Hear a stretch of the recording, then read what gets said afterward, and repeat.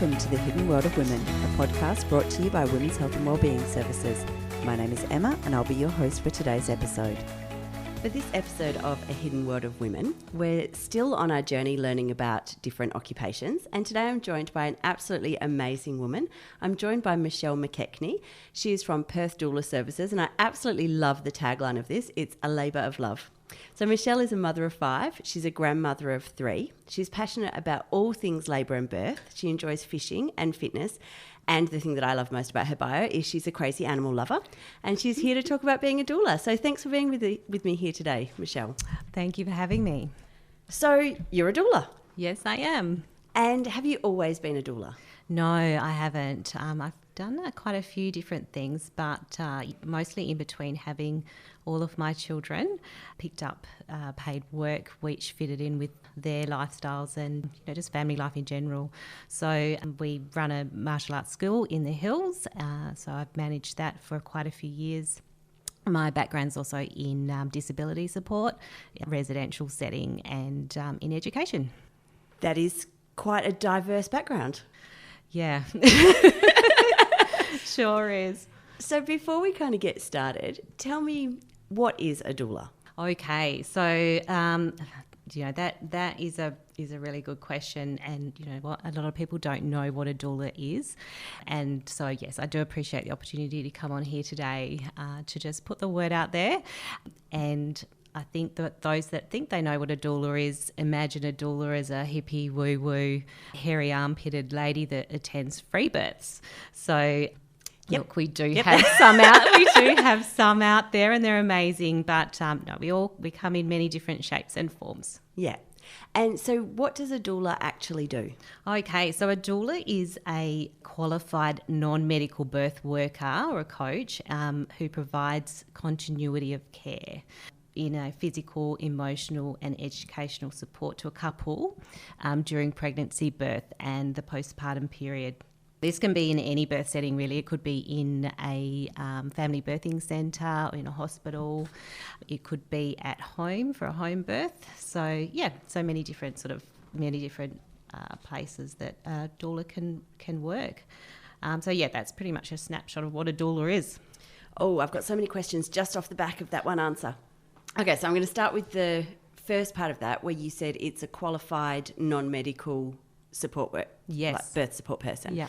What kind of qualifications are there? Okay, so it is an unregulated profession. So there are some doulas out there that haven't actually done any formal training, but there are a lot of organisations that you can either do the course online, mm-hmm, or you can do a bit of both. So for the one that I did, it was quite a lot of modules online, but also a 2-week intense face-to-face training, which was amazing because it was a lot of hands-on. Yeah. So with that, what kind of things are you studying? Oh, so we're studying everything from, the business side of being a doula to contracts. You're studying the philosophy of birth, how birth works, supporting women and partners and families in the birth space. You're talking about supporting in the postnatal period and, all of those things that are related to birth. I'm going off on a tangent, which is so good. unlike me. Tell me more about the philosophy of birth. Okay. So the philosophy of birth is look, it's different for so many different people, and the philosophy of birth is basically your views on how birth plays out. So is this sort of the idea around the arguments around the medical model of birth versus a more natural model of birth, that type of thing? 100%. Yes. Right. Yes. Yes. So, and that's really interesting. Oh, I'm fascinated. Going back to that, what does a doula actually do? You mentioned that a doula can support people in a range of different settings. So that might be free birthing in the ocean. It might be, and the look on your face tells me, well, yeah, but I'm not your girl if you want to do that. For some doulas, it might be free birthing in the ocean. For others, it can be, a doula can be present in a highly medicalised C-section. That's correct, yes. What is it like now with hospitals? How accepting are they of having doulas in that space? Does that depend on the hospital? Yes, it does depend on the hospital. Yeah. So we often say to our clients just to double check first if they're accepting of having a doula in the space. So, yeah, we do get a little bit of pushback, but what sort of I find when I've attended births is that I go in and introduce myself. I explain to them I'm not here to take over the medical side of things. I'm here to support and be with women. We're here to work together. I often say, if you need anything, I'm here, and let's work together as a team. And that sort of drops their guard down a lot and says, okay, this one's not going to come to tell me what to do. And what not to do. Yeah. And I have so much admiration for midwives and healthcare professionals in general. They've studied a lot longer than what I have, know a lot more than what we do. And they're just amazing people, but they're just so run off their feet and they're burnt out. So us working with them is really positive. Yeah. Have you noticed, how long have you been a doula? Well, okay, so unofficially, I would say probably about 20 years in that sense. To explain that a little bit more, I was the first of all of my friends to have children. Yeah. So my eldest 3 girls were at primary school when my friends started having children. So I was lucky enough I could support them and pretty much sort of light the path for them in terms of what to expect. And I knew, being a mother myself, how best I could support them. So I did support them a lot in that sense. And now with my children having children, I can also extend the support in that way. So antenatally, postnatally, yes, in that sense. Officially, I finished my course this year. And so it's only really been quite recent, and doing that course was great because I could top up on my skills, learn sort of some of the latest evidence-based information, and I feel like I can attend birth with sort of more of confidence now. So, yeah. Do you think that, what did doing the course add on top of your experience of going in there and supporting women with your experience as being a mother? I would definitely say the policies and the procedures that you're faced with within a hospital setting, also respecting the different models of care, learning about the different models of care, how to support within those models. Certainly the business side of things was great. I think in particular learning your scope of work, because that can get quite blurred. And, you know, sometimes you can be asked to attend or to be somebody's doula, and you really need to explain to them that we are non-medical. You know, we're non-medical. We're not there to be a midwife for you. So learning your scope, learning where your boundaries are. So, yeah. So when do you start working with a woman? Whenever they call you, whenever they contact you. Some sort of might be later on in the pregnancy, some might have just peed on the stick. So it does vary. I tend to like to have probably about 2 to 3 visits antenatally, so when they're pregnant, just to build up that rapport and that bond and discuss their birth preferences, how they envisage their birth to be, what would they like, what are their wishes. We sort of do a fair bit of, we like to do a bit of massage so they get used to our touch and sort of form that connection and that safety net for them. And so, generally about 2 or 3 visits, probably more from about 30 weeks onwards. And then obviously we attend birth and postpartum. Yeah. And do you meet with both partners? Yeah, we obviously hope if there are 2 partners. Yeah, if there are 2 partners, ideally we do. That's the best way, because I'm not only supporting the woman, but I'm also supporting the partner as well in that space, because they do need to have a break. They need to learn. They like to learn how to support as well in the best way that they can. So, we working together as a team is important. So I do like to catch up with them as well. And I imagine that it is that you would want to meet with them beforehand to make sure that everybody is actually on the same page. Absolutely. It's really hard to work as a team if one team player's over here and one team player's on a totally different field playing a totally different game. Yes. So if everybody kind of sits together and you can go through, and as much as birth plans are awesome, they can totally go out the window, but it's nice if everyone at least knows what it is to start with, right? Yes. And then, so then you attend the birth? Yeah, so then we attend the birth. Generally, I'm on call from 37 weeks and have my phone ready to go and just wait for that call. And then we generally labour, we're at the home for a fair amount of time and then we head into hospital if it's in a hospital setting or we're at home. So, yeah. And so you come as soon as labour starts? Generally, it depends. I ask them to give me a call. Mm-hmm. They often say to me, when do I call you? Yeah. So my answer is when you feel you need me. Yeah, right. And I also just like to remind them that they need me there for the hard bit. For the hard bits. Yeah. So the more rested I am, just to bear that in mind. But, sometimes I might go and check on them and see how they're going, how they're progressing and pop back home, maybe have a bit of a nap or have a nap at their place. But, Yeah, it does vary. And then, so I'm assuming that you're there during the labour, like the tricky part of the labour. Yes. And tell me what that's like. What is your role in that space? Oh, so that space, it does vary depending on who you're supporting. I like to read the room first and see how, let everyone position themselves. Sometimes the dad might be standing back and thinking, what am I going to do? Yeah. Or he might be hands-on. So I'm there I'm there to protect the space. I'm there to fill in those missing gaps if the partner wants to pop out for a drink or something to eat. I would then offer a lot of comfort techniques, show the partner how to, things to do that might help. And then, I'm there just to fill in all of those gaps and be with women, because at the moment, especially in the hospital system, the midwives, as I said, are so burnt out, and then there's so many, boxes that they need to tick that they can't do what they really want to do.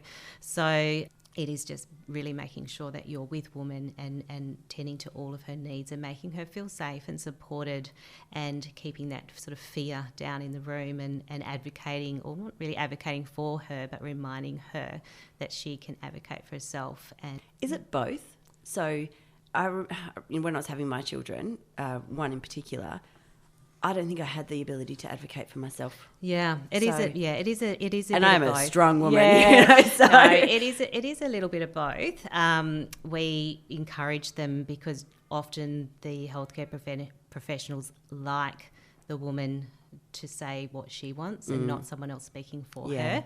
So it is a bit of a fine line in, getting your wants and your needs across. Yes, I will speak up if I need to, or I'll quite easily say, so what was it? Was it really that what you wanted? Yeah. Is this what, are you agreeing to this? And if they just nod their head or say no, then that's how we get it across that way. Quite often, we have little cues such as if they're pressured into making a big decision, and it's a decision that we've discussed prior, and it's. In my head, I know, well, I don't think she wanted that. Just reminding her she has time to think about it. You don't need to answer this right now. You can have a think, and it might be a cue of my hand on her shoulder. Yeah. And that's the sort of thing that we do discuss, in the antenatal meetings. Remember to take your time. I will put my hand on your shoulder, or I'll just give you, that bit, and take that time to make that decision. Yeah. And so you were just speaking then, and I just got a flashback to a TV show that I shouldn't admit to, but I was just binge watching. Yeah. You know the TV show Bones? Yes. Yeah. So there's a character in that, Daisy, who's about to have a baby, and she has a doula, who is probably one of the hippie versions that you kind of get the idea of. Yeah. And so the doula is very much controlling what that birth is going to be like. Yeah. But also there's no space for her to be able to change her mind. Ah, right. So I guess it's, how do you navigate that? How do you navigate when you've talked about something, and particularly with a first baby, there's the fear of the unknown and then there's the fear of the known. Yeah. But, when you're having a first baby and you've got this idea and it's all going to be zen and it's going to be this and it's going to be that, and then the reality of it hits and you think, okay, throw the birth plan out the window and give me the drugs. Yeah. So how do you navigate having the space to kind of go, it's okay to change your mind? Yeah. So at the end of the day, as we said, we do put birth. We work on birth preferences and what people, their ideal birth would look like, and sometimes there are variations to that, small ones, huge ones, one's totally off track. But the way that I navigate that is, firstly, always say, look, can we just have a little bit of time, and we just have a small chat about it, but also respecting the fact that at the end of it's their decision, and making sure it is their decision, so that when after birth they look back and say, well, that was my choice. So, and I felt like I had the space and the opportunity to make that choice rather than it being forced on me. And just that bit of time to think about it, so that they possibly don't have regrets. And I'll back the woman's decision every time, and as long as they make the decision, we're there to support whatever decision that they make. Have you experienced it where... So we hear stories often where people go in and they want a natural labour, and then, obviously the partner can be male or female, but the stories that I've heard of have always had a man who's like, oh my God, my wife is in pain now, just give her drugs. And she's going, I don't want them. But then there's the flip side of that where she's going, give me the drugs, and he's going, no, we discussed this, you're having a child-free labour, this is what you want.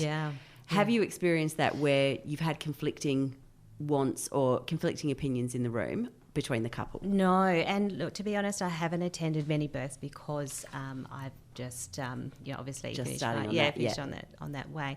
But with the birth, a couple of the births that I have attended, there have been there haven't been any conflicting situations between a couple. Often she will be yelling and in transition and saying, I need everything, give me it all. And he's in protection mode, we need to get her everything that she is asking for. But that's where I guess we come into play with our experience, in the sense that this is what we talked about, does happen in transition, it's normal. And just often that gentle nod of, she's fine, everything is okay. And then they go, okay, well, I won't call in the ambulance right now. So if she wants the some pain medication, I said, if you want it, you ask for it. So going back to the idea of being on call from 36 weeks. 36 or 37. Varies. How do you cope with that? So you have a family of your own, and obviously, I know that your oldest child is 30.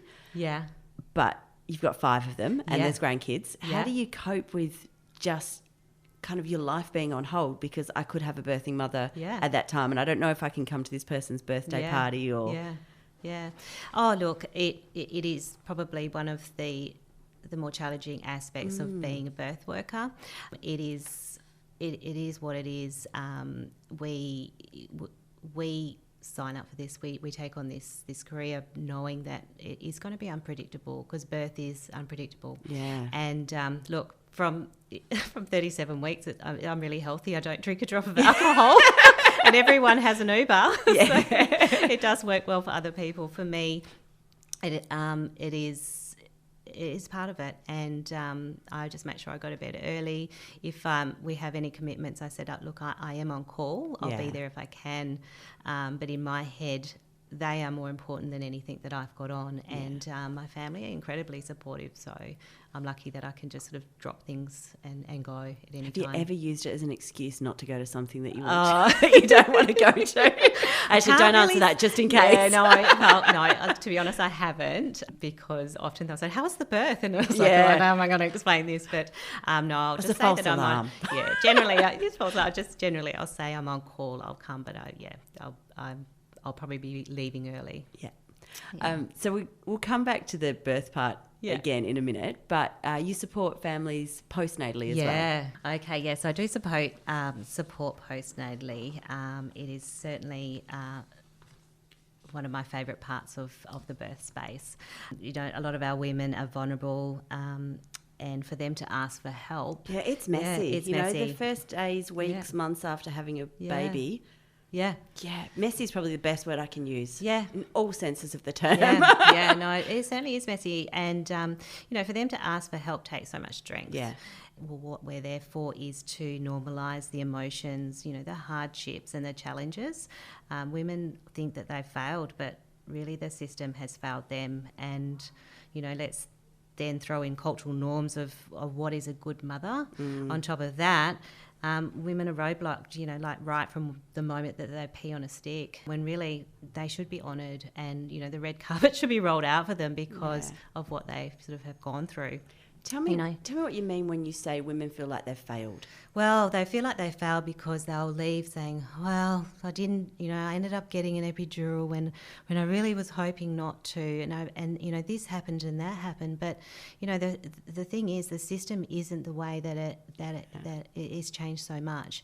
And the induction rate is 44%. That leads to a cascade of interventions. Yeah. And then they leave the hospital feeling like they've failed because they're booted out within about 6 hours, have no idea and think I'm a useless mother. So when I had my first baby, I had an emergency Caesar. Yeah. And it was an emergency. And then after she was born, every single midwife who came into the room told me it wasn't my fault. So they all told me it's not your fault. It's not your fault. Yeah. It hadn't occurred to me it was my fault So until the 12th person told me it wasn't my fault. Geez. And then I thought, well, clearly it is my fault because they're all making a big deal about telling me it's Yeah. So, just kind of thinking, I get that. And but you're right, the rate of intervention is really high. Really, really high. And, women, look, they're tired, they're exhausted. Yeah. They've got sore lady bits and cracked nipples and all of those sorts of things. There's physical, emotional, like hormonal changes just surging through their body and sort of, throw on a newborn who is 100% dependent on them to for every need. And then you've on top of that you've got visitors popping in with like unsolicited crappy advice and they're absolutely just exhausted. So you spoke about cultural norms as well. We don't see the difficulties of having a baby. Nobody talks about how hard it is. So everyone talks about sleep deprivation. Yeah. Until you've lived it, you don't know what that's like. It's a form of torture. Slow torture. It really is. But also, we don't see people breastfeeding. No. So, when you're talking about people getting kicked out of the hospital, they're not kicked out of hospital, but they are encouraged to leave 6 hours after they've had a baby. Yeah. When milk hasn't come in. And we haven't seen it. We certainly haven't done it before. Then, what support have you got for breastfeeding? All of those things. Nothing. Nobody talks about the after pains when you are breastfeeding, and they get worse with every baby, just so you know. How you had 5 babies, I don't know. I think it felt a little bit like endometriosis. But no, it's not good. It's not good. No. So I guess that's one of the reasons that I did want to have you come on, because I think we do need to talk about that. We need to talk about all of the things that happen when you're having a baby, and because the more we talk about it, hopefully the less we have women feeling like they've failed. Yeah. And absolutely. the language that we use, when we talk about a failed induction or failure to progress. Yeah, all of those things. Yeah. Sorry, I interrupted you. No, that's fine. So what doulas do and what I do with my ladies is that I encourage them to drop all the balls. It's okay. You don't have to.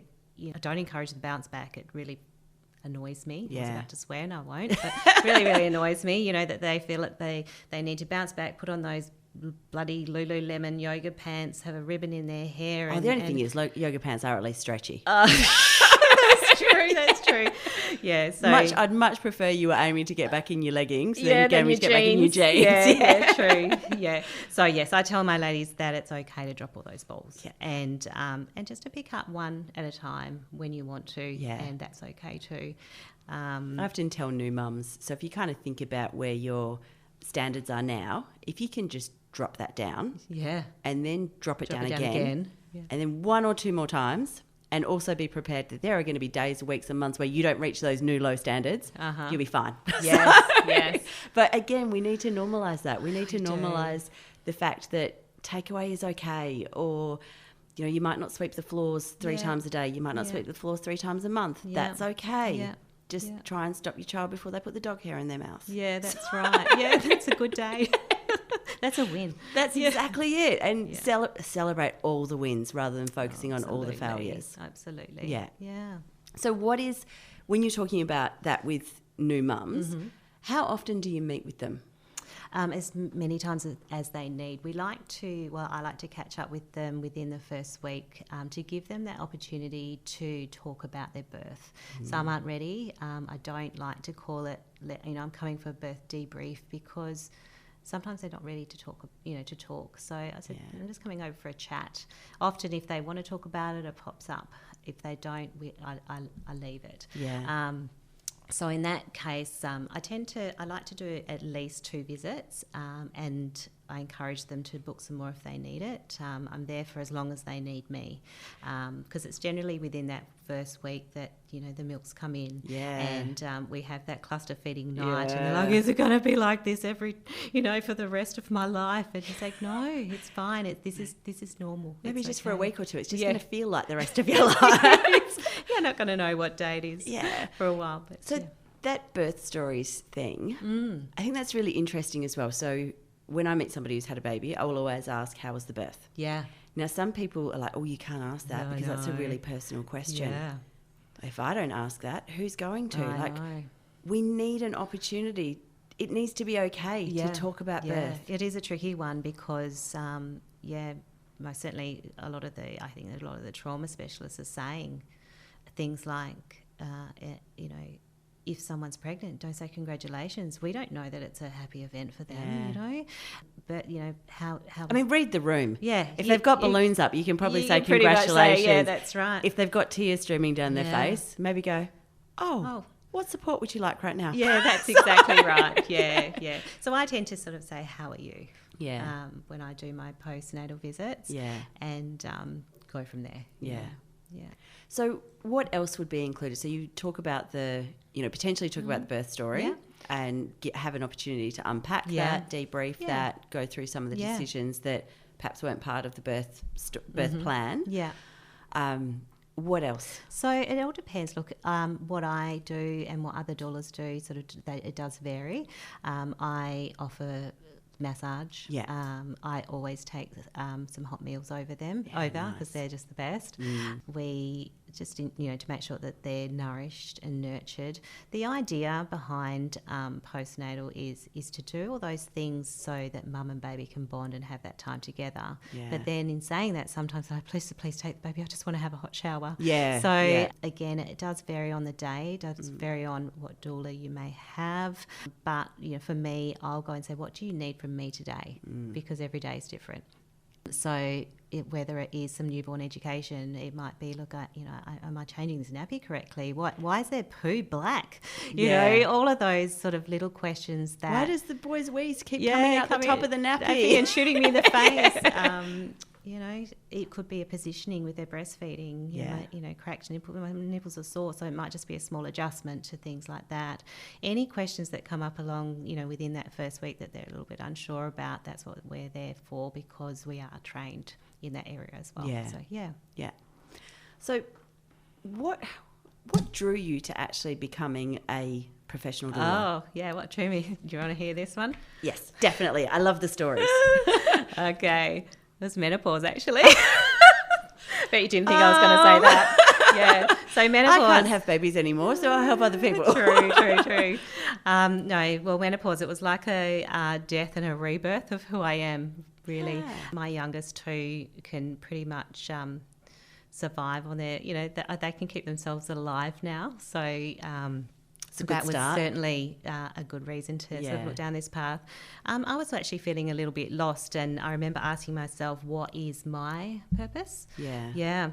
I knew it was something sort of with babies and women and support, but I wasn't quite sure what it was. And look, I didn't even know what a doula was until a couple of years ago either.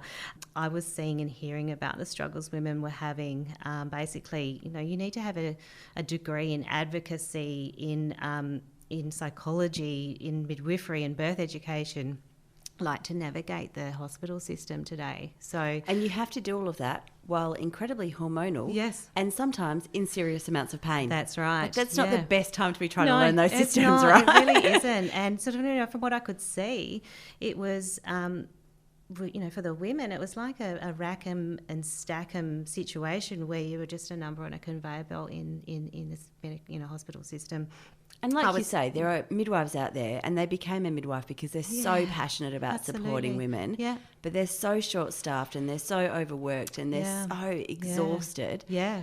They can't do the Yeah. job the way they want to be Yeah. doing the job either. Yeah, and I do see that firsthand. My daughter's a midwife. Yeah. So, you know, often I would say, how was work? It must have been amazing. She goes, no. It's hard, Mum, you know, it is difficult. And, you know, I was frustrated with how the system sort of has mastered this power and ability to cheat women sort of their birthing rights now. And, you know, like you said, they're cheating midwives of the reason that they became a midwife in the first place, you know. You know, they just want to be with women. And the thing is that they're suffering, but in turn the birthing mothers are suffering because of it as well. You know, like I said, they're booked in for inductions, you know, for no good reason, or, you know, they're put on a 12-hour time frame. Look, you need to have this baby. You're supposed to have this baby in 12 hours. And I'm saying, well, does an apple grow at the same rate on a tree? You know, no one. It's just ridiculous, and it's all because of funding, bed space, and policies and procedures. And who's suffering? I like that you're supposed to have this baby within 12 hours. It is. You're supposed to dilate at 1 centimetre. Did you know? An hour. So, yeah. Right. Yeah. So, yeah, it's... so that's why... Yeah, so that's pretty much And why. anybody who's listening to this, that doesn't happen. I don't know anybody who that has happened for. No, so. no, definitely not. No. Yeah, so that's sort of why I became a doula. I sort of knew that my purpose, with hearing all of these stories, feeling upset, getting, you know, trying to help out where I could, anyone that I could see that was struggling or affected in this space, because I knew that... I just knew that they shouldn't be feeling this way. So I knew my purpose was to interrupt what I could, where I could, using the knowledge I had in a positive way. I knew that I had passion, and you need passion for this job. Yeah. And I just also wanted to reduce the fear that a lot of women had around birth, and provide sort of them with evidence-based information, you know, so that they can make informed and empowered decisions. Look, there's a lot of authoritative knowledge in the system, which, you know, it doesn't mean that it's true. It just has power, you know. And what's sad is that couples are led to believe that, you know, obstetric care is the safest option, and that was including me at the time when I birthed my 2 boys in a private system. I'm not here bagging private system, I just want to say, but things have changed a lot, and people need to know what's going, you know, we need to know what's going on so that they're not caught off guard, I suppose. I could also see that the postpartum period was being left behind as well. So much focus on pregnancy and birth, and the important stages have been forgotten. And I wanted to disrupt that cultural imprint as well, and, you know, support women after they've had children, because I think I saw it mostly for when my 2 girls had their babies. I was just like, this gatekeeper's like, don't go near the house. And I think I sat down people and said, now 25 minutes, take a meal, do this, do that. Like, you know, no big deal. Yeah, so I kind of stirred something in me there as well. Yeah. And it's interesting, isn't it? Like, I always think it's, funny isn't the right word, but I'll use funny, that there's so much emphasis is put on pregnancy and birth. Yeah, so much. That baby is going to grow anyway, and it's coming out one or 2 ways. Yes. Regardless. Yes. So really, and I'm not saying that I don't encourage people to do all of your hypnobirthing and antenatal education, all of that, most definitely do. But then they have the baby. Yeah. And then they have this little completely reliant human to look after. And I was just at the hospital recently. I was dropping a relative off for a different procedure, and there were all of these new parents standing outside the hospital with just this shell-shocked look on their face of, what the do we do with now? this? Like, I am not qualified for this. And so that's one of the reasons that we started our Preparing for Parenthood course, is exactly that. Because there's all of this emphasis on growing the baby, getting the baby out, but then nothing on how you keep it alive afterwards. Exactly, Or nothing around sharing the load, or, Yeah. you know, how you do basic things like changing a baby's nappy or bathing a baby or swaddling a baby. All of those things that we haven't culturally learned. No, we haven't. So, and also, what I like to do in my antenatal appointments is, not just talk about their choices and, potential interventions and should you have this test or should you have the other test, and what happens if they ask, say I need an induction, all of those sorts of things. But so we also cover, I like to cover things like setting up for your breastfeeding journey, or if you decide you're not breastfeeding, what sort of bottles, are they recommending at the moment? Yeah. What sort of teats are they recommending? Partnership parenting, in that, a big one, as I say, night 3 is usually cluster feed, or night 2 or 3 cluster feed night. I know that you want to. Also the day that the hormones hit really badly. Yeah, it's not good. And I sort of say, look, guys, to the partners, I know you're going to feel helpless, but you just need to sleep, because this baby's going to probably be up most of the night, and you're going to be needed most in the morning. So don't try to sort of, there's as no much point as you want to. It really isn't. So all of those sort of little tips and tricks for them, with all those challenges, and the importance of the relationship as well. How to nurture that when you've got a newborn, sexual relationship, how to sort of keep that alive afterwards, and, how to still connect with somebody when actually I'm all touched out. Yeah, 100%. Yeah. And what that's like in trying to keep a relationship going. Yeah, and it's hard work. It certainly is hard work, but I think a lot of it is again normalising and letting them know that that what you're going through and what you're feeling is normal, and it does get better. They do start sleeping. They do. They're not touching you as much. They're not still in your bed when they're 18. No, so you'd hope not. You'd hope not. Yeah. So one of the things that you said is that you want to reduce fear. Yeah. So if there's somebody who's listening, and I know that we're supposed to be talking about how you actually became a doula and the road to that. So we'll get to that, I promise. Yeah. But if there's somebody who's pregnant right now, or somebody whose partner is pregnant, or daughter, or whatever that might be, who is pregnant, what would you want them to know to help reduce some of the fear that they may be experiencing? Well, I think I'd first find out if, what happened if they had previous births. This tends to be a bit of a trigger for a fear for the following births. I sort of say, look, when we're talking about, the thing is with fear, there comes pain.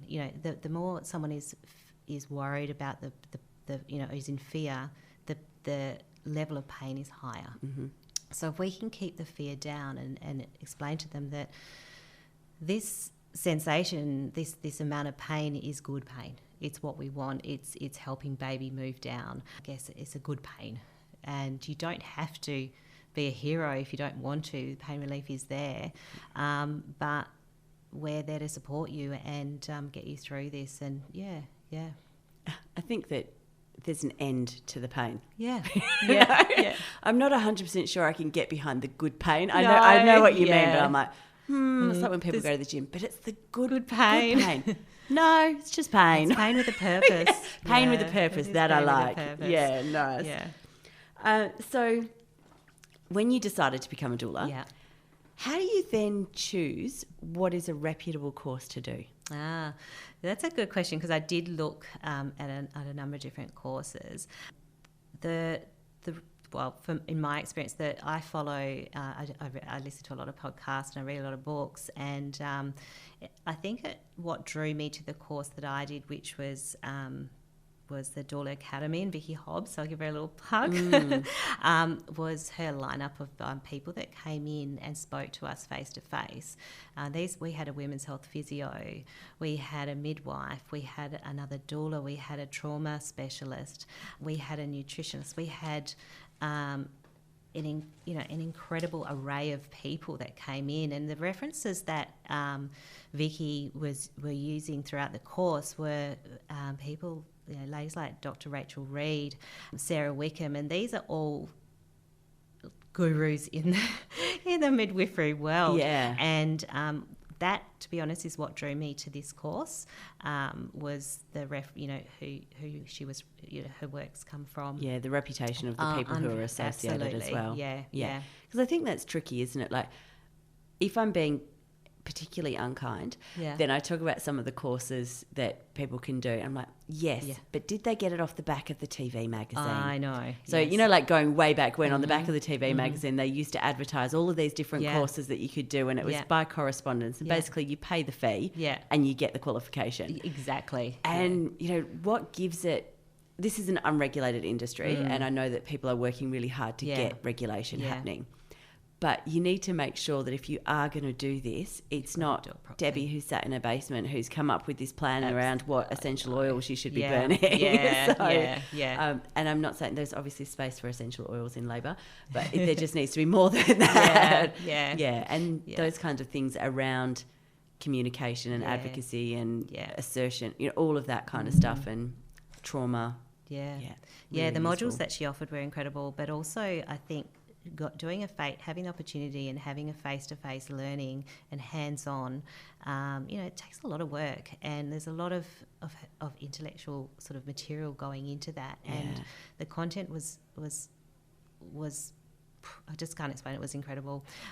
So with the hands-on work and the face-to-face, you get a real, anyone can sort of tick off some modules and Google the answers, but when you're there, it's you're right there and in it. So And the other thing is that I think you can have an idea around what something might be like. Like you can have an idea around what it's like to be in the room with somebody when they are at their most vulnerable. But then when you're actually in the room with them, that can be really different. Very different. So I guess it sounds like it's really valuable to do that hands-on experience where you're working with real people. You are. We had pregnant women come through, and we practiced a fair amount of techniques on them. And look, just hearing Vicky's own personal experience as a doula and the stories that she shared, you can't get that online in a module. That was it was really special. And what would you say you found most surprising about being a doula? Oh, that's a good question. What did I find most surprising? How calm I was, I would say. Is that the duck on the water? Yeah, possibly. I don't know. I think birth is intense. It's certainly intense. There's a lot of emotions flowing. It's unpredictable. I was surprised because I love things set out. I do have a bit of OCD diagnosed, so I like to be organised. And birth follow. And birth is not organised. It's unpredictable. You don't know when you're going to go. So I think I was most surprised at the fact that I could sink into it, and it didn't rattle me at all. So that's not triggering for you? Not at all. That was kind of what I was thinking with the, you don't know, it could be anywhere from 37 to 42 weeks. Yeah. And you've been fine with that? Yeah, absolutely fine, because I think the emotions and the importance of being and doing what I do totally overrides it 100%. So it's actually really good for me, medically for me. Sweet. It's a win-win. Yeah. Have there been any hard moments? Oh, hard. I guess I think the hardest moments that I feel that I faced is probably two things. Yeah, two things in particular. It would be, you would meet up with a client, and you've got to find your person. They have to connect with you, and you have to connect with them. And sometimes you might think, oh, that's great, that would be amazing, but then you don't hear back. You think, oh, what is it with me? What have I, what?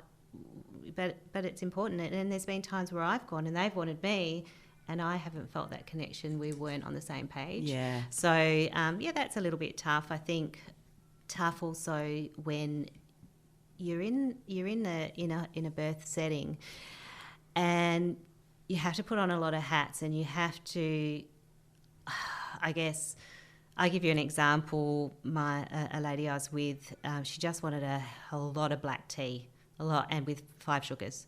Oh. And the tea had to come every sort of 2 minutes. So I was sort of coordinating this tea, and one of the midwives said, well, you're not supposed to be having, making tea here because, confidentiality. What if we need to have it? And I said, I have a lady wanting tea. And she said, well, this is not the place. And I said, okay, well, the nearest place is probably going to take me about 5 minutes to get there, which is fine. I'm happy to do that. So if you don't mind being with my lady and giving her all of everything that she needs, I'll pop down and get the tea every 5 minutes. And she said, oh, that's fine, just use it. And so it's just sort of being in that position where you've got to sort of fight your way through it sometimes for things, but not cause too much of a disruption, because you want that space to be nice and calm as well. So you've got to sort of play the game a little bit. And I thought you were going to say that the midwife had said, she can't have tea because she might need a Caesar. Oh no, it was just one of those things. So flip side of that, what's been the best moment? When the baby comes out. Hands down, I cry every time. It's that heart-stopping moment where you wait for the cry and the baby cries. So do I. I would also say, if my hand on my heart, it was when you have a couple and they're quite green and they're saying, well, I have to go and do this. I said, no, you don't have to do anything you don't want to do. But they're telling me I said, no, let's talk this through. Let's, make a decision based on this. So building them up to have the confidence to make an informed decision, not a decision that suits other people and other time frames and timelines, and just watching that grow over the in pregnancy, and they're like, no, I know, I don't want that, and I don't want this, and they become this strength. And I think my biggest hi-fi moment was when a lady that I was supporting, the midwife came and said, now we need to do this, and she's getting a fair bit of pressure to do something in particular, and the lady, my lady said, just give me time. And I was like, yes. If anything, that is the most hi-fi moment for me, because she went from a place of feeling like she had to sort of hand in all her power in the beginning to no, just give me time, I need to think about this. And in this that same birth, she said, you don't need to explain it, I know it, Michelle told me. And so she was informed, she knew, and just that was from where they came to where they were. It was good. When I was having my first baby, one of my colleagues here was a midwife at the time, and she said to me, don't ever call them doctor. Always call them by their first name. When you call them doctor, you put them in a position of power over you. Oh, right, yes. You need to hold your power. From now on, you are advocating not only for yourself, but you are advocating for your child. You really are. And that starts now. And my eldest daughter's just turned 18, and I still remember her saying that to me. And I had a very similar moment when I was having a labour with her, and everything already started running.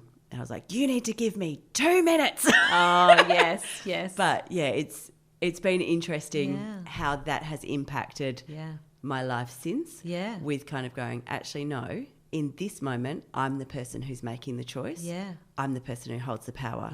You get to help make that an informed decision, but ultimately it's my decision to make. Absolutely. And I always find it really interesting seeing how people respond to that. It is. So, Well, I sort of tend to go or explain to them that, in the beginning birth, for birth to unfold naturally, it needs to be calm.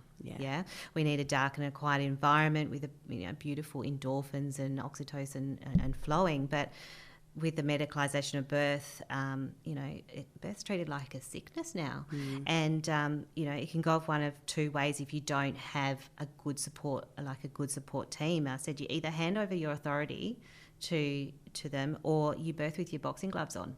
I said, so it's either going to go one or two ways for women at the moment. It's not good. No, and I'm not sure. Not that I want to scare anybody out there at No, all, but I guess that's it's part really of important to let people know that, So the flip side of that is it's really important to have a good team around you. really good team. Look, if good birth education. Yeah. My tips are good birth education outside of the hospitals, outside of the setting that they're birthing in particular, because birth education classes are centred around what the hospitals are providing. Okay, so outside of that, where they're promoting or talking about physiological birth and how birth unfolds naturally, and having an idea of that, I think is huge. Having a really good team, and your partner attending the classes and talking about things throughout your pregnancy and just learning, researching. I think it used to be the case of, oh, look, I'm not going to make a preference or a plan and I'm just going to wing it and I'm not going to worry and see how it is. And you know what? Yes, 30 years ago, that was fine. I mean, I birthed 30 years ago at Kalamunda Hospital, midwifery-led care. It was incredible. They believed in a woman's innate wisdom to birth their baby. There was medical support there if you needed it, but they let you do what they knew you could do. And, it was a beautiful experience. But now, no, you need to be informed. You really need to know what you're going into, because you're going to come out, you could come out broken. Yeah. And the hard part is you don't know what you don't know. No, you don't. So, it's the unconscious incompetence. Yeah. And we want to move, and it's sort of, before you learn to drive, you're like, how hard can it be? Yeah. And then you start learning to drive, and so you move into that conscious incompetence because you realise how much you don't know. Yeah. And then you start to learn, so you get to the conscious competence, and then you move to the unconscious competence where you start to think, oh God, was that traffic light green? So when you're having a baby for the first time, it's very much in that unconscious incompetence. Yeah. And so that's why we need a team around us of people who can actually go, here are some of the things that you do need to research. Yeah. And I imagine that that's one of the benefits of having a doula. Absolutely. To be able to say, it's all going to go the way it's going to go. Yeah. But here are some of the things that you need to think about. So if you're faced with these decisions, you can make an informed decision. Yeah. And I think knowledge is power, and the more you know, look, you don't have to take all of that knowledge with you, but you've got it if you need it. Yeah. And I certainly was of the notion of let's just wing it and see what happens, but knowing what I know now, it's really, really important to upskill, to learn. Yeah, and that changes with each baby you have. Absolutely. I imagine from your first baby to your last baby, the medical system had changed. Yes, over those years. Yeah. And one of the things I did learn that the more money that you pay doesn't necessarily mean the better service that you get either too. So it all does vary, a lot. Yeah. So when we went around, my youngest baby is almost the exact same age as my nephew. Yeah. And so we did the hospital tour together because we were having the babies at the same hospital. And we went around, and the midwife, and it was an expensive hospital, the midwife was saying, now, this is the bed, and obviously the safest place for a birthing mother is on the bed. And my youngest baby is not quite 11, so this isn't going back 40, 50 years. This is still relatively recent. And I'm like, hang on. So I'm there going, oh, really? So we're not letting gravity help us out, or movement, and what are we doing to release endorphins? Have you got fit balls? What about baths? Any of these kinds of things available? Yeah.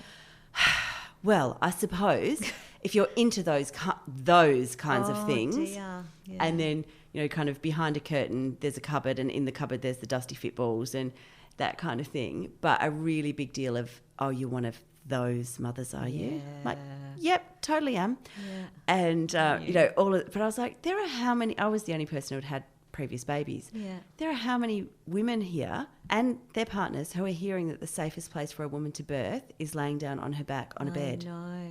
Yeah. Did we not leave that behind with Queen Victoria? I know. Yes. So, so I was making sure that everybody in that room knew that was not the safest place. Good on you. Yeah. And my brother's like, could you just shut up, Emma? Well, I could, but it's just not in my nature. Yeah. Need more people like you. Oh, dear. So one of the other things when we're thinking about a doula, so I guess the two stereotypes I have is that the people who have a doula are either the super hippie people who are free birthing in the ocean. Yeah. Also, if you're free birthing, it doesn't have to be in the ocean. That's just the picture that's doing the rounds at the moment. So it's either that or it's the uptight, very well-off people who are paying an absolute fortune. Yeah. So what would you say to that stereotype? Okay, so I would say, yes, there are a lot of hippie woo-woos birthing in the ocean. I may never swim in the ocean again. Yeah. Look, it all, it does come down to affordability at the moment. From what I can see, the price varies a fair amount with what doulas are charging and what they offer.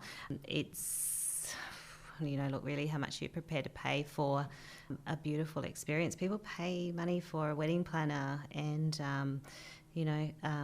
a bouncer at a party because they don't want, they know how they want the party to go. They envisage this amazing event, so they pay for that sort of assurance. They're not doing it for birth at the moment. Some aren't doing it for birth at the moment. So, look, I encourage sort of all pregnant women to, who necessarily can't afford it or think it's not necessary, or I could be putting that money towards something else. But I sort of encourage pregnant women to buy second-hand nursery items, second-hand, bassinets even, because you don't know how long, if they're going to even want to be in a bassinet. Yeah. They might want to co-sleep, or, they might, buying a lot of clothes that you don't know if they're actually going to be in those clothes for very long. Seems as though there's a lot of money put into setting up the nursery and all these fancy gadgets when they don't like it, because you don't know what they're going to like and what they don't. Look, for me, the number of prams and the strollers I bought, and the one that I ended up liking was probably the cheapest one that I got. And most of my kids were in a wrap attached to me anyway, because they were, clingers. Yeah. So I just sort of say, look, if you would like a doula, have a look at, mixing things up. Buy, look at secondhand things. Put that, invest that money into personal care and your mental health. That doesn't necessarily need to be a doula. It could be, a women's health physio, or a counselling session, or a meal delivery service, or a cleaner. Those things are so much more important and needed at the moment. A really good birth education class. So support yourself, your mental, your needs, because babies don't need a lot. They really don't. And I wonder, I know we spoke about this in the beginning, but how much of this comes back to the cultural norms? Yes. How much of it comes back to we're comparing our highlight reel, we're comparing other people's highlight reels, so what we see on their social media and Instagram, Facebook, and the amazing pictures of the nurseries, and this person's got a $3,000 rocker. Yeah. Really? Because I ended up feeding my baby in bed most days. Absolutely. So, a $3,000 rocker would have not been a good investment. Yeah. So we're comparing our real life to their highlight reel. Yeah. And going, well, actually, my full-length video doesn't match up. No. Well, nobody's does. No. But all of those highlight reels are around the stuff. So how do we change it so when we're having babies, we're less focused on stuff and more focused on connection and self-care and making sure that we're looking up, like mental health in the perinatal period. We know that mental health, the mother's mental health will impact the infant's developing brain. Yes, 100%. Yeah. So whether that's, as you say, whether that's hiring a doula, whether it's looking at getting a mental health plan in place so that you can survive the baby blues or perinatal mental health issues. Yeah. What do you need? Do you really need a $3,000 rocker? Yeah. So I don't know. I mean, I think it's a matter of just getting it out there and talking, and the more people that, I guess it's sad, and more people that are affected by birth and the pressure of a newborn and the postpartum period, and talking to other women to say, hey, invest money into yourself, into Yeah. your own self-care. It's way more important than a fancy pram. It's just people talking, I think. Yeah, and your pram doesn't need to cost more than your first car. No, no, exactly. It doesn't, but they do. They do, yeah. Yeah. Yeah, so I think it's women's circles, things with podcasts like this is amazing. It gets it out there. It's a generation. It's me talking to my children and their children talking to their children, and I think that's probably the only way. Yeah. So if you're listening, I encourage you to think before you make a purchase. Do you really need what that is? Is there an alternative? And what do you actually really need right now? Because for me, it's a cleaner. Yeah. That's what I need right now. She's actually cleaning my house as we're recording this, and it's amazing, and I love her. She's beautiful. Prior to her, my favourite child was the robot vacuum cleaner. But for my mental health, that's what I need. Yeah. Because I can't do it all. So, yeah. And I think as, the case of if your cup's full, then you can help and serve others and look after your baby, well, if you're well. So, yeah, that's exactly it. And seek support if you need it. Yeah. So, are there any cons for being a doula? Are there any cons? There are a few cons. Like I was saying, birth is unpredictable. Yeah. Babies have their own time frame on their own, and they're it is really quite hard to plan anything.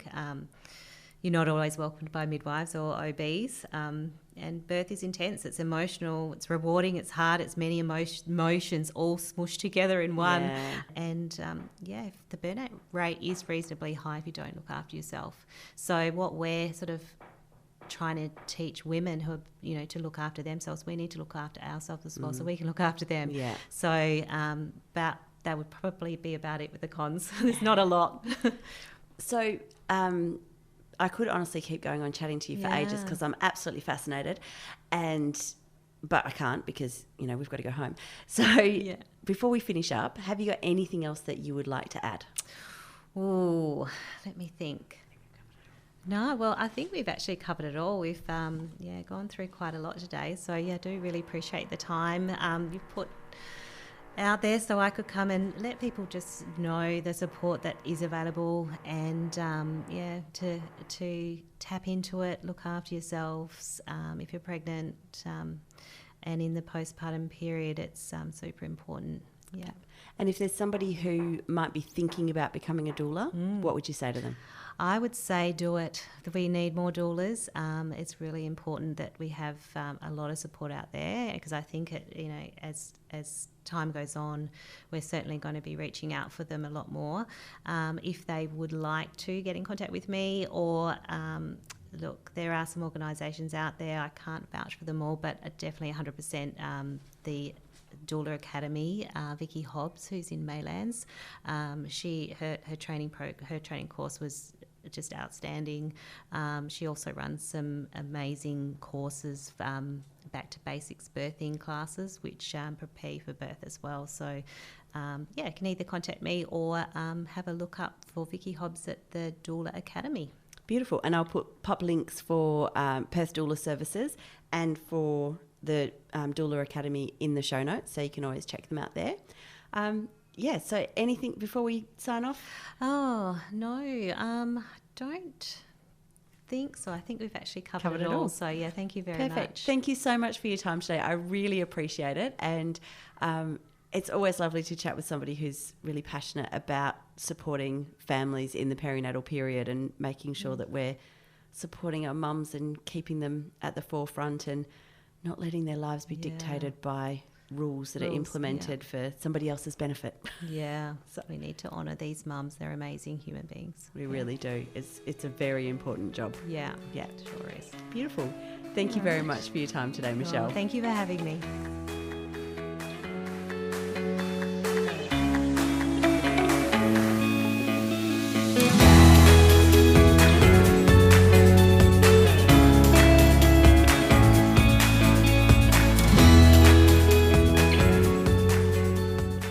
Thank Thank you for joining me for today's episode of A Hidden World of Women, a podcast brought to you by Women's Health and Wellbeing Services. For more information on the services we offer, head to whws.org.au or Women's Health and Wellbeing Services on YouTube and social media. Looking forward to the next episode where we uncover the hidden world of women.